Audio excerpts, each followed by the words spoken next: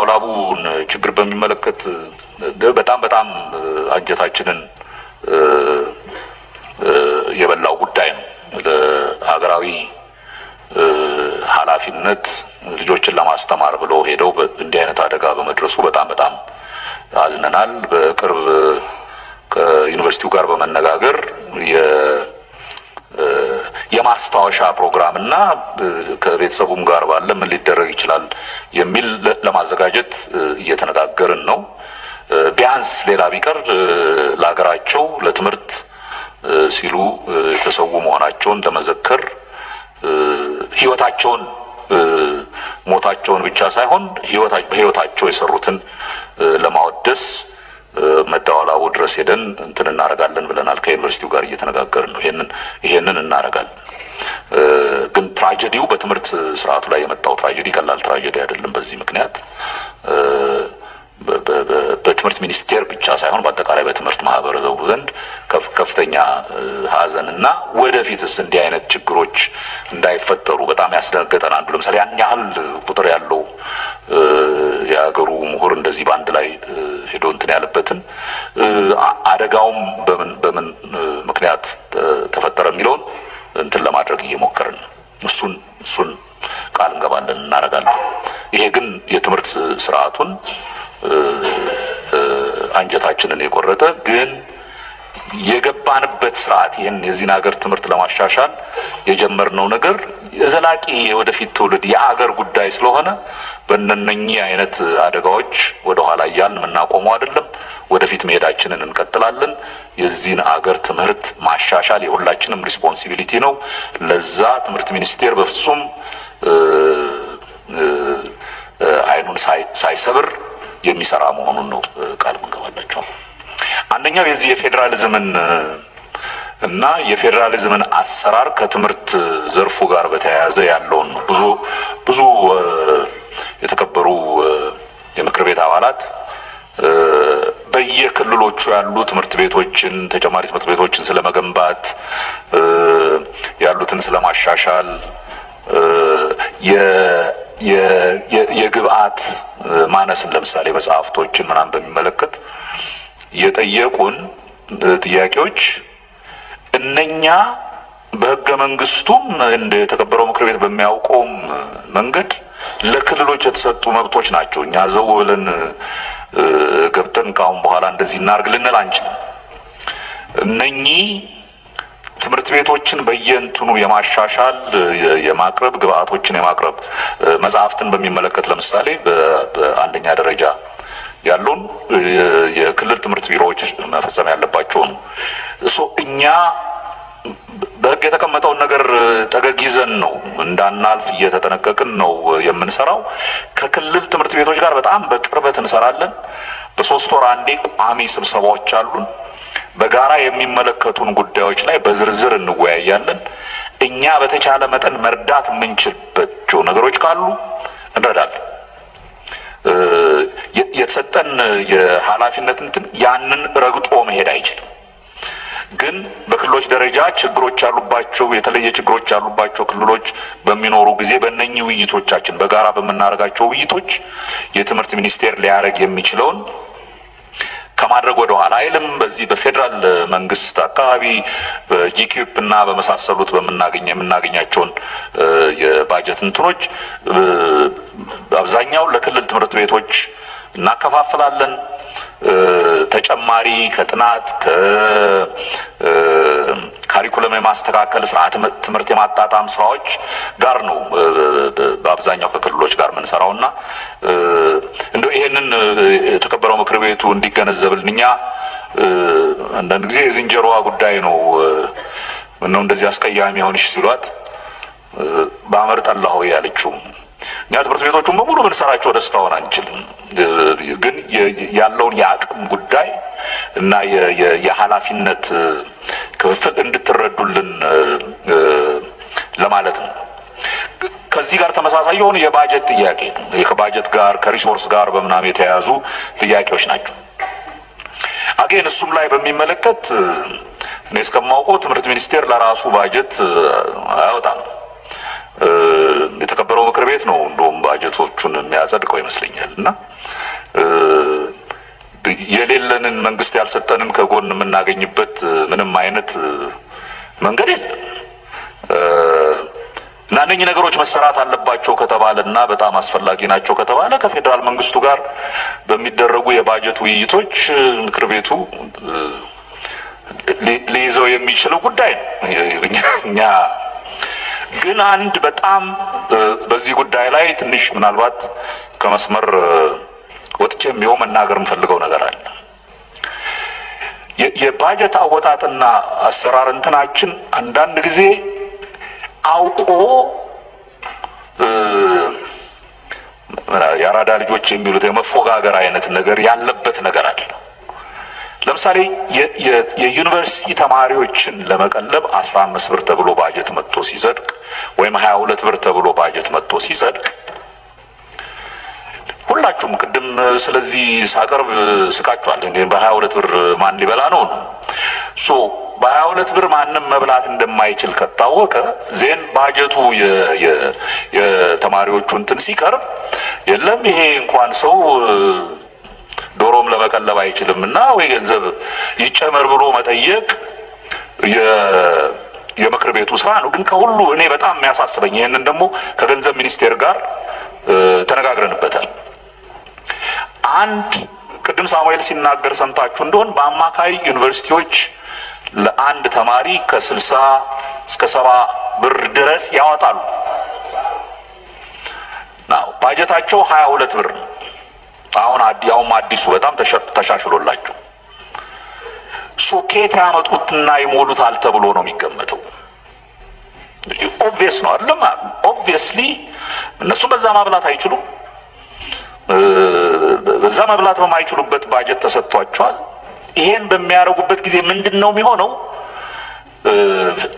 ኦነስት ከሆነ ውይይት በወጣ መንገድ መፈለግ ይጀመራል። አንዳንድ ጊዜ ከዚህ ከኦዲት ግኝት ጋር የተያያዘው ጥያቄ የዛ ውጤት ዩኒቨርሲቲዎች ውስጥ የሚታየው ቢኮዝ ተማሪ ተቀብለው ሊያስርቡ አይችሉም። መንገድ መፈለግ አለባቸው። አንዳንድ ጊዜ የተማሪውን ቁጥር ከፍ አድርገው ይናገራሉ። አሁን እሱን ደግሞ በዲጂታል እንትን እየያዝነው ነው። ስለዚህ እሱም አይቻልም፣ ከባድ እየሆነ ነው። እንደዚህ ኦነስት ሆነን ያለንበትን ችግር በደንብ አውቀን በዛ ችግር ጠገግ ስር ልንሰራ የምንችለውን እንትን እያደረግን ብንሄድ ይሻላል እንጂ አሁን በምንሄድበት መልክ እውነት ሳንነጋገር እየቀረን ልናሻሽል የምንችላቸውን ነገሮች ሳናሻሽል እንዳንቀር ስለምፈራ ነው። እና የተከበረው ምክር ቤትም ምናልባት ባጀቶቹን በሚያይ ጊዜ እንደው ጠንቀቅ ብሎ አይቶ እንዴት ነው ይሄ ነገር ቢል ምናልባት ይሻል እንደሆነ። ሶስተኛው ይሄ የትምህርት ጥራትን ለማሻሻል በሚደረገው ሂደት ጥሩ ጀምራችኋል፣ የት ደረሰ የሚሉ ተደጋጋሚ ጥያቄዎች ቀርበዋል። የተከበረው ምክር ቤትና እኛም እንደ አስፈጻሚ አካላት መስማማት ያለብን የትምህርት ስርዓትን ማበላሸት ጊዜ ወስዶ ከተበላሸ በኋላ መልሶ ለመጠገንም ልክ የዛን ያህል ጊዜ ይወስዳል። የዚህን ሀገር የትምህርት ስርዓት በአንድ ዓመትና በሁለት ዓመት ምንጨርሰው ቢሆንና ብናሻሽለው ቢሆንማ በጣም ትልቅ ነገር ነበር። የዳሜጁም ሰፊነት እኮ አንድ ትውልድ ነው የተባለው። ገና ሌላ አንድ ትውልድ እንዳይበላሽ ነው እንቅስቃሴ እያደረግን ያለ ነው እና እየወሰድን ያሉት ሪፎርሞች በአንድ ጊዜ ለውጥ ያመጣሉ ተብሎ አይደለም መጠበቅ ያለበት። አንዳንዶቹ ኩዊክ ዊንስ ናቸው። አሁን ለምሳሌ ፈተናዎችን በሚመለከት ከምንም ነገር በላይ ያገኘ ነው ትልቅ ውጤት የተማሪዎችን የወላጆችን ትምህርትንና ከትምህርት ጋር የሚመጣ ሰርቲፊኬትን በሚመለከት ያለውን ስነ አእምሮ በተወሰነ ደረጃ መቀየር መቻላችን። ካሁን በኋላ በአቋራጭ በማጭበርበር በመስረቅ በኩረጃ የሚገኝ የለም የሚለው ነገር ማህበረሰቡ ጭንቅላቱ ሲገባ ምን እንደሚሆን እያየን ነው። አሁን ተማሪዎች ላይብረሪ መግባት ጀምረዋል። አሚን እዚህ ቅርብ ነው ታውቁታላችሁ። አብሮት ላይብረሪ ያለውን ጦርነት ተማሪዎች ለመግባት ያለውን እንትን ታያላችሁ። ይሄ አንድም በቂ ላይብረሪዎች ገና የሉንም፣ ብዙ መገንባት አለብን። ግን በየትምህርት ቤቶቹም እያየን ያለነው አንድ ነገር ተማሪዎች እንትናቸው እየተቀየረ ነው። እሱ በጣም ሲግኒፊካንት ነው። ቶሎ ውጤት ሊሰጠን የሚችል ነው። ለዚህ ነው እኔ አሁን በሚቀጥለው ዓመት በህዝብ ፊት ይሄንን ነገር ማለት በኋላ ሊያሳፍር ይችላል የሚያልፈው ተማሪ ብዛት ከ3.3 በመቶ እጅግ በላይ ይሆናል ብዬ እጠብቃለሁ። በጣም እጅግም ባይሆን በላይ ይሆናል ብዬ ዋይ ቢኮዝ ፈንዳሜንታሊ ተማሪዎች ማጥናት ጀምረዋል፣ ማንበብ ጀምረዋል። ያ በአጭር ጊዜ የምናገኘው ውጤት ነው። ግን ያ በቂ አይደለም። በጣም ብዙ ስራዎች ገና ይጠብቁናል። ለዚህ ነው ትላልቅ ነገሮች እንደ አገር ያሉብንን ችግሮች ለመፍታት አንዳንድ ጊዜ ቁጭ ብለን በኖርማል ፕሮሰሱ መሄድ ስለማንችል ለየት ያለ እንቅስቃሴዎች ማድረግ አለብን ብለን የጀመርነው። የተከበረ ምክር ቤቱ እንዲያውቀው የምንፈልገው በተደጋጋሚ በተደረጉ ጥናቶች የትምህርት ግብዓት በበቂ አለመኖር፣ የትምህርት ቤቶች መሰረተ ልማት ጥሩ መሆንና አለመሆን በልጆች ትምህርት ተቀባይነት ላይ ትልቅ ጫና ነው። 47,000 ትምህርት ቤቶች አሉ። ከነኚህ ውስጥ ወደ 99 በመቶ የሚሆኑት ያን ያህል ለተማሪዎች፣ ለወጣቶች፣ ለልጆች አመቺ ሁኔታ ያላቸው። መንግስት ይሄንን በባጀት አምጥቶ ይስራ ብንል መገመት ትችላላችሁ ስንት ጊዜ ሊፈጅ እንደሚችል። በዛ ላይ እንደ አገር በደረሰብን የውጭ ጫና ምክንያት ከሌሎች ቦታዎች እናገኛለን የምንላቸው እርዳታዎች በጣም በከፍተኛ መጠን ኢቭን በትምህርቱ ዘርፍ ቀንሷል። ስለዚህ ማድረግ ያለብን እንደ ማህበረሰብ በጋራ ይሄ ነገር በጣም ኢምፖርታንት መሆኑን፣ ትውልድን ማሻሻል፣ የትምህርት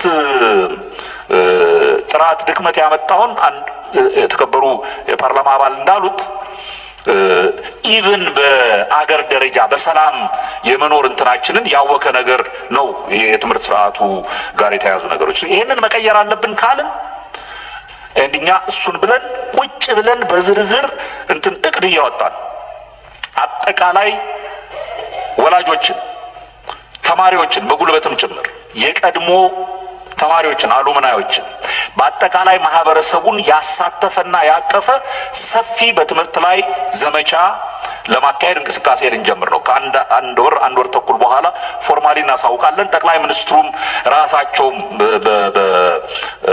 በኃላፊነት የሚሳተፉበት እንቅስቃሴ ነው። ይሄን የምናደርገው እነኝን 47,000 ትምህርት ቤቶች እኛ እንደ መንግስት ገንዘብ አውጥተን እንስራው ብንል በፍጹም እንችለው ነገር አለ። ያም እናርግ ብንል ሁለት ጀነሬሽን ምናምን ነው ያስፈልገው። ስለዚህ እንደማንም ብለን ወገባችንን ጠበቅ አድርገን በጋራ መዝመት አለብን ብለን ነው።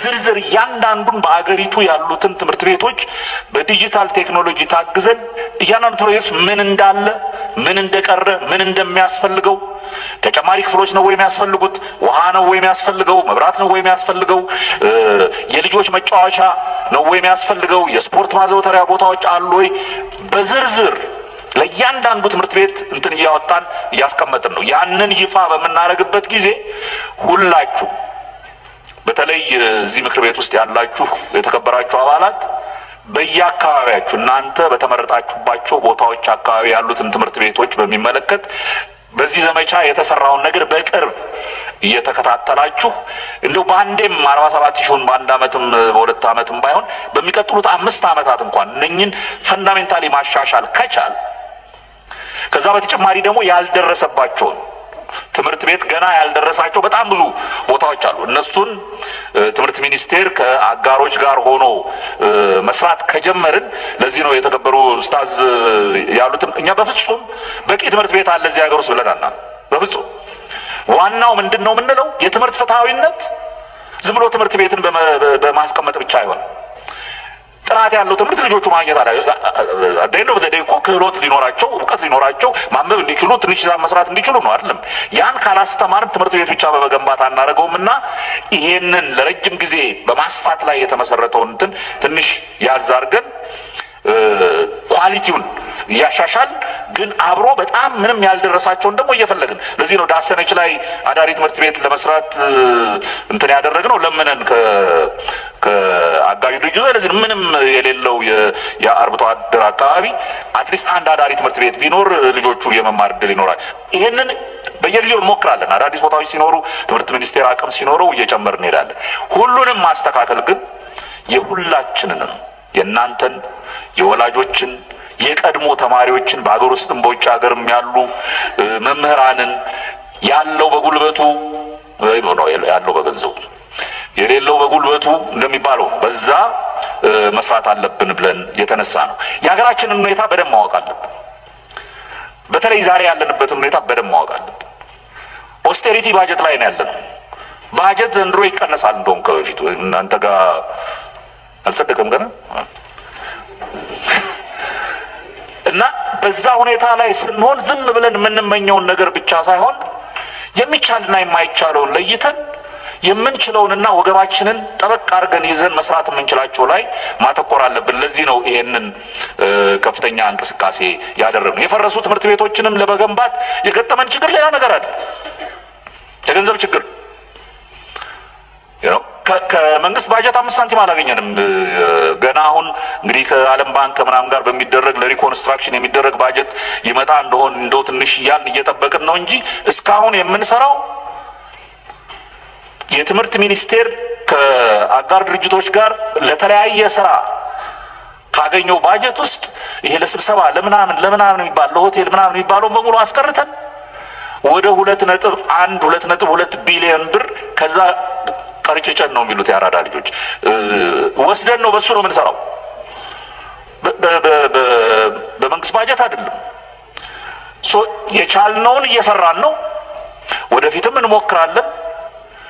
ግን ያለንበትን ሁኔታ በደንብ አውቀን እንደው ይሄ የራሳችንን ጫማ በጫማ ክራችን ማሰር ማለት ነው። ይሄ የኛ ችግር ነው። በደረሱብን የፖለቲካ ችግሮች ምክንያት ብዙ እንትን ጫና በውጭ እየመጣብን ነው። ስለዚህ ለራሳችን ልጆች ያለ ነው እኛው የራሳችንን ልጆች ህይወት እናሻሽል ካል ሁላችንም እንደማንም ብለን ይሄንን እንቅስቃሴ ተቀላቅለን መስራት አለብን ለማለት ነው። እነኚህ ጥቅል ሊሆኑ ናቸው። በአብዛኛው የተነሱትን ነገሮች ስለሚመልስ ነው። ከዩኒቨርሲቲዎች ጋር በተገናኘ የተነሱት አሁን ስፔሲፊክ ጥያቄዎችን በጣም ባጭሩ ባለፈው ጊዜ 12ኛ ክፍል ፈተናን ዩኒቨርሲቲዎች አምጥተን በምንፈትን ጊዜ ብዙ ችግሮች ዩኒቨርሲቲዎች ላይ ተደራርቦ ነበር። በተለይ ትልቅ የሪሶርስ ችግር ነበረ። ታውቃላችሁ የመጀመሪያ ሙከራም ስለነበረ እነሱም በጣም ተባብረው ነው የሰራ ነው። አሁን ከዛ ለመማር ሰፊ ውይይቶች ከዩኒቨርሲቲዎች ጋር አድርገናል። በዚህ አሁን ሐምሌ 15 ጀምሮ 15 ይገባሉ 17 ጀምሮ በሚሰጠው ፈተና ከበፊቱ በተሻለ ፕሬሸር ዩኒቨርሲቲዎች ላይ እንዳይኖር ለማድረግ ኢንክሉዲንግ ከባጀት ጋር የተያዘውን እየሞከርን ነው። ከገንዘብ ሚኒስቴር ጋር በዚህ ጉዳይ በሰፊው ተነጋግረናል። የወደቡ ትምህርት ቤቶችን በሚመለከት ከኦሮሚያ እና አይ ቲንክ አዊ ዞንም የተነሳ ጥያቄ ነበር። እኛ የፈረሱትን ትምህርት ቤቶች በሚመለከት እኛ ያወጣናቸው 1300 ምናምን ያልናቸውን ሊስት የኛ አባሎች ሄደው ብቻ ሳይሆን የክልሉ ኃላፊዎች አጥንተው የሰጡን ላይ ተመስርተን ቅድሚያንም በሚመለከት ምን ጠይቀው ክልሎችን ነው የትኞቹ በቅድሚያ ቢኮዝ በአንዴ ሁሉንም መስራት ስለማንችል የትኞቹን ቅድሚያ ብንሰጥ ይሻላል በሚል እነሱ በሰጡን ዝርዝር ነው። ኦሮሚያ ውስጥ የፈረሱ ትምህርት ቤቶች እንዳሉ ሄደን አይተናል። የተመዘገቡ አሉ። ገንዘቡ ሲገኝ ጊዜው ሲገኝ በየተራ እየሰራን እንሄዳለን። የግል ትምህርት ቤቶችን የዋጋ ጭማሪ በሚመለከት በጣም የሚገርማችሁ ባለፈው ዓመት ዓለም አቀፍ ትምህርት ቤቶች የሚባሉት ጋር ነበረ ችግሩ። ዋጋቸውን በጣም ጨምረው የነበረው አሁን በየክልሉ መስተዳደር ውስጥ ያሉ የግል ትምህርት ቤቶች ውስጥ ነው። በተለይ አዲስ አበባ ውስጥ በዚህ ዓመት የጀመረው። እኛ ባለፈው ዓመት ከነኛ ዓለም አቀፍ ትምህርት ቤቶች በእኛ ስር ስለሆኑ በሙሉ ሰብስበን ቁጭ ብለን አነጋግረን አንድ የአሰራር መመሪያ ወጥተናል። ያ ምንድን ነው የሚለው ትምህርት ቤቶቹ በአመቱ ላይ ያላቸውን ባጀት በዝርዝር አቅርበው የሚያወጡትን ወጪዎች በዝርዝር አቅርበው ከወላጆች ማህበር አላቸው የወላጆችና የመምህራን የጋራ ኮሚቴ አለ። ኦዲትድ የሆነ የትምህርት ቤቶቹን ሂሳብ አቅርበው በዛ መሰረት ከዋጋ ንረት ጋር በተገናኘ የሚስተካከል ነገር ካለ በስምምነት እንዲያደርጉት ነው ያደረግነው። በዛ መሰረት ዘንድሮ ከአንድም ዓለም አቀፍ ትምህርት ቤት ወላጆች ጥያቄ አልመጣም። አሁን የመጣው ባለፈው ዓመት ያልተስተካከለው በክልሎች ስር በአዲስ አበባ ትምህርት ቢሮ ስር ያሉት የግል ትምህርት ቤቶች ነው። እነሱም ይሄንን ውይይት እያደረጉ ነው ብለን እናምናለን። በእኛ በኩል ምን እንዳደረግን ባለፈው ጊዜ ትምህርት ሚኒስቴር ስር ባሉት ትምህርት ቤቶች መካከል ምን እንዳደረግን ነግረናቸዋል። አይ ቲንክ እየተነጋገሩ ነው። ግን ዘላቂ መፍትሄው ምንድነው ብለውኛል አንድ የተከበረው የምክር ቤቱ አባል። እኔ እውነት ተናገር ብትሉኝ ዘላቂ መፍትሄው ጠንካራ የሆኑ የመንግስት ትምህርት ቤቶችን በየቦታው በደንብ መገንባት።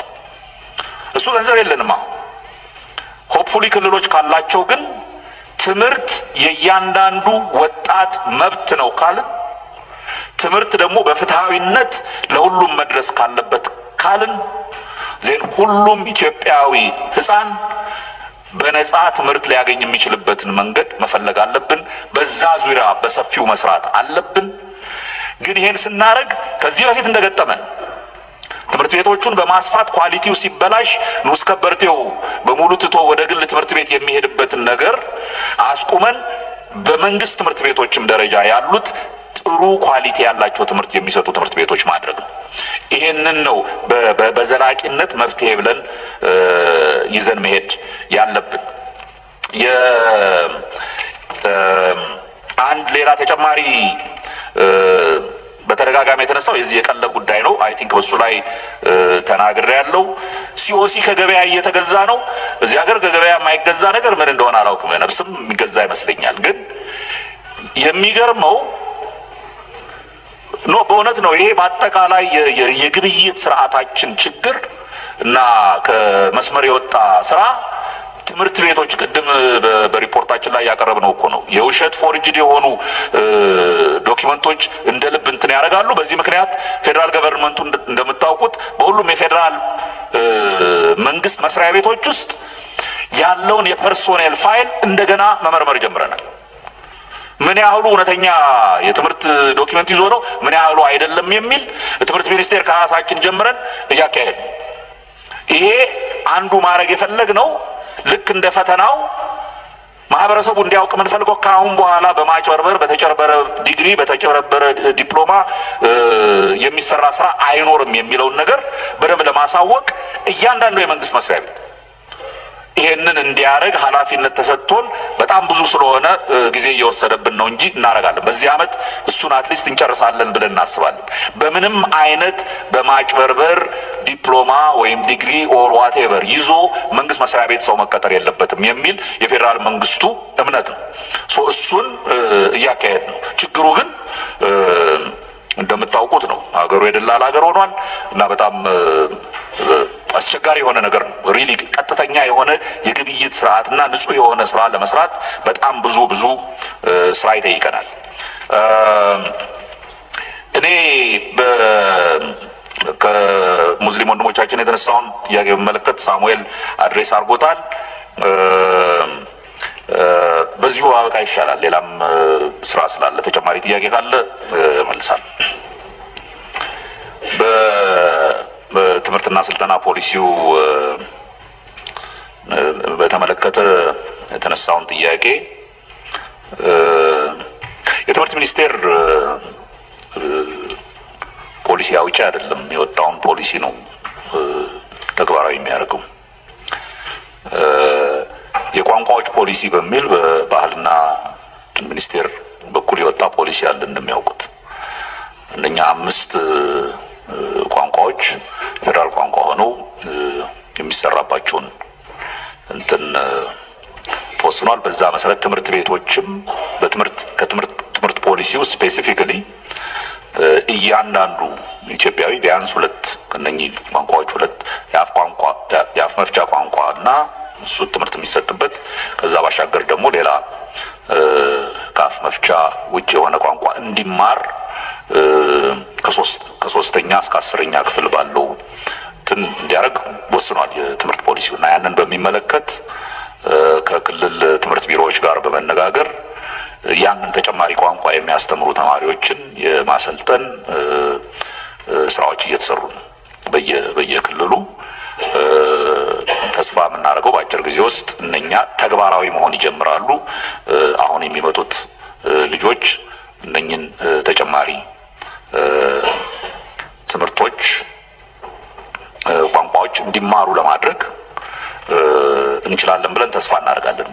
እንደ ትምህርት ሚኒስቴር ያንኑ ኢትዮጵያዊ ከአንድ በላይ ሀገራዊ ቋንቋ መማሩ በጣም በጣም አስፈላጊ ለመተዋወቅም ለመግባባትም አስፈላጊ ነው ብለን እናምናለን። ይህንንም በደንብ ተከታትለን ሁሉም እነኛን ሁለት ቋንቋዎች በበቂ የሚችሉበትን መንገድ እንትን ለማድረግ እንወስናለን። ይሄንን ስናደርግ ግን በፖሊሲው ላይ የተቀመጠው ይሄ ተጨማሪ ቋንቋ ምን መሆን አለበት የሚለው የወላጆችና የተማሪዎች የራሳቸው ምርጫ ሆኖ እንዲደረግ ነው። እነኝን ይሄንን ተግባራዊ የማድረጉን ስራ እንቅስቃሴዎች በየክልሉ ተጀምረዋል። ውጤቱን ወደፊት የምንናገረው ይሆናል። ገና አሁን መጀመሩን እንደሚያውቁት በቅርብ ጊዜ ነው ፖሊሲው የጸደቀውና የመተግበሪያ ጊዜ ትንሽ ጊዜ ይወስዳል። ግን አንድ ፈንዳሜንታል ጥያቄ አለ፣ አንድ ፈንዳሜንታል ኢሹ አለ ወደፊት መውሰድ ያለብን። በጣም የተለያዩ እኛ በህግ የተቀመጠ ያለብን ኃላፊነት የካሌንደር በዓላት በሆኑ ጊዜዎች በካሌንደር ላይ የታወቁ በዓላት እስካልሆኑ ድረስ ሁሉም እንትኖችን የእያንዳንዱን የሃይማኖት ሴንሲቢሊቲ እና እንትን እየተከተልን እንሄድ ካል መቼ ጋር እንደሚቆም አናውቅም፣ እርግጠኛ አይደለም። ይሄን የሚያነሱት ወንድሞቻችንም ይሄን ጥያቄ በደንብ ቢያውቁልን ጥሩ ነው። ማትሪክ መቼ ልስጥ ብዬ ቁጭ ብዬ ካሌንደር አውጥተን ስናይ ኦፊሻሊ ከታወቁት በዓላት እና በመንግስት እንትን ከተደረጉት ውጪ የቱ ጋር ለየትኛው ሃይማኖት ምን ሴንሲቲቭ ሊሆን ይችላል የሚለውን እንትን እንበል ካልን እንደዚህ መልቲ ሪሊጂየስ እና መልቲ እንትን የሆኑ ሀገሮች ውስጥ በጣም በጣም ከባድ ነው የሚሆነው። ለክፋት አይደል። እኛ አንድም ተማሪ በእምነቱ ወይም በምናምን ምክንያት ችግር ውስጥ እንዲገባ አንፈልግም። ፈተና እንዳይወስድ ወይም ከፈተና እንዲቀር አንፈልግም። በሌላ በኩል የኛ ኃላፊነት ለሁሉም ነው፣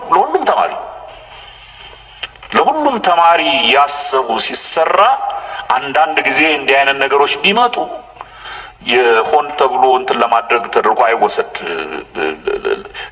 ከኛም ቦታ ላይ ሆናችሁ ተረዱልን። የማአት ፈተናዎች ነው የሚሰጡት በየአመቱ ያውቃሉ የተከበሩ የምክር ቤት አባል። እነኝን ሁሉ ያንዳንዳቸውን ከተለያዩ የሃይማኖት እንትኖች ጋር ነው ቅዳሜ ፈተና ወይም ምናምን መሰጠት የለበትም ብሎ ማያምን ሊኖር ይችላል።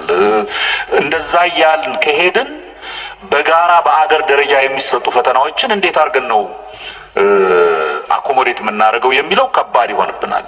ልንጠየቅ የሚገባን እና ትክክል የሚሆነው ኦፊሻሊ በአገር ደረጃ የታወቁ በዓላት ባሉ ጊዜ በዛ ጊዜ ውስጥ እንዲህ አይነት ነገሮች እንዳናረግ መጠየቅ እንችላለን። ከዛ ውጭ ግን በመግባባትና በውይይት እንደው የሚሆን እና ሌላ እንቅፋት በሌላውን ተማሪ ላይ የማይፈጥር እንዲሆን ከመጠንቀቅ ባሻገር በአስገዳጅነት እንትን ለማድረግ በጣም ከባድ ነው። ይሄ ደግሞ ከሆነ በምክር ቤት ደረጃ ተወስኖ ይምጣ ዘን እኛ ተግባራዊ እናደርጋለን። እኛ ይሄን ምክር ቤት ከሰጠን ውጪ የምናደርገው ነገር የለም። አለበለዚያ በየጊዜው እኔ አንዱ የምሬ ነው የምነግሮት ከእንትኑ ውጪ ነው ይሄንን የምናገረው። አሁን እኛ ባለን ኃላፊነት ጠገግ እንጠየቅ፣ ተጠያቂነት ይኖር፣ እሱን እንመልሳለን። ከኛ አቅምና እንትን በላይ ያሉ ነገሮችን እና ሰፋ ያለ ኢምፕሊኬሽን ያላቸውን ነገሮች የመወያየት ትልቅ ስልጣን ያለው ይሄ ምክር ቤት ነው። በዛ ደረጃ ብትወያዩባት ይሻላል። እሺ፣ አመሰግናለሁ። እንግዲህ የተከበራችሁ ምክር ቤት አባላት ዛሬ ያካሄድነው ውይይት ላይ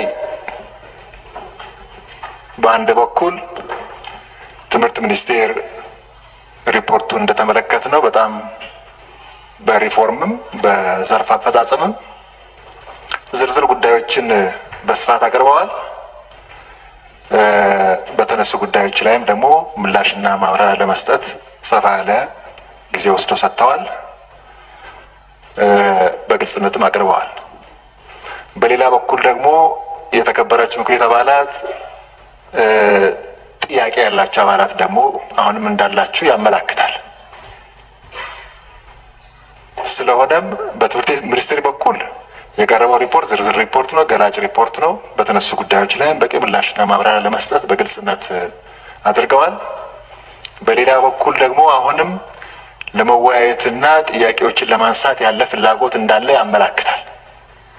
ስለዚህ ደግሞ ይህን መመለስ ስለሚያስፈልግ በሚቀጥል ጊዜ የጥያቄ ጊዜ እንዲኖረን አድርገን ምክር ቤት አባላት አስቀድመው ጥያቄያቸውን ያው በአሰራሩ መሰረት ለአፈ ጉባኤ አቅርበው ባጠረ ጊዜም ይሁን ጊዜውን እንዳመችነቱ አይተን የትምህርት ሚኒስትርና የስራ ኃላፊዎቹ ተጨማሪ በአንዳንድ ጉዳዮች ላይ አሁንም የምክር ቤት አባላት በርካታ የትምህርት ባለሙያዎችም ያሉ ስለሆነ እዚህ ለሚያነሳቸው ጥያቄዎች ምላሽ ማብራሪያ እንዲሁም የተሻለ መግባባትን መፍጠር የሚቻል ስለሆነ በቀጣይ ይህን መድረክ ለማመቻቸት ጥረት እናደርጋለን ለማለት ነው።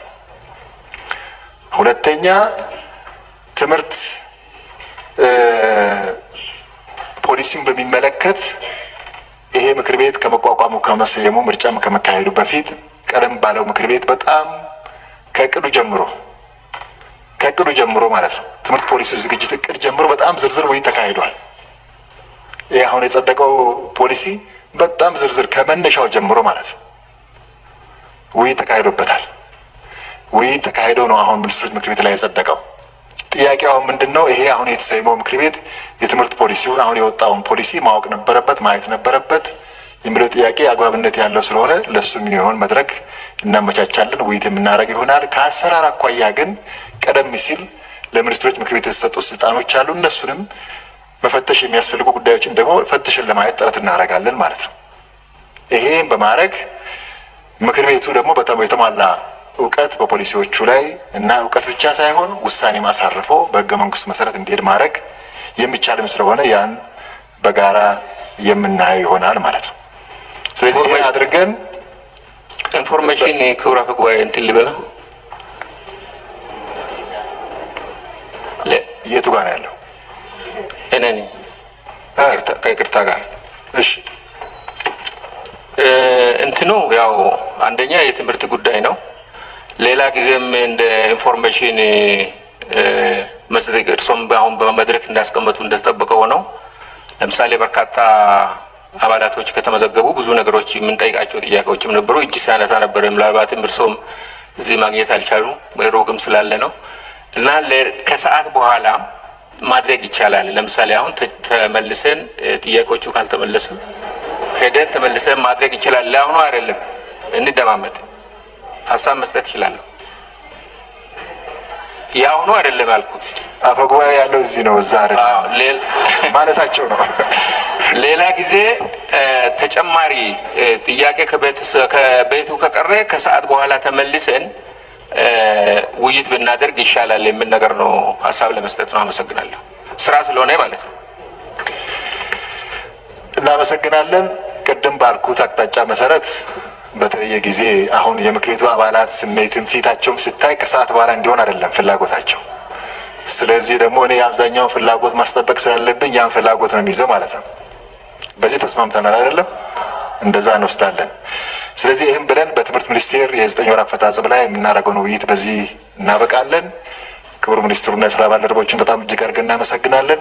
የተከበሩ ቋሚ ኮሚቴ ሰብሳቢና ቋሚ ኮሚቴ አባላት እናመሰግናለን። ውይይቱ በዚህ እንጨርሳለን።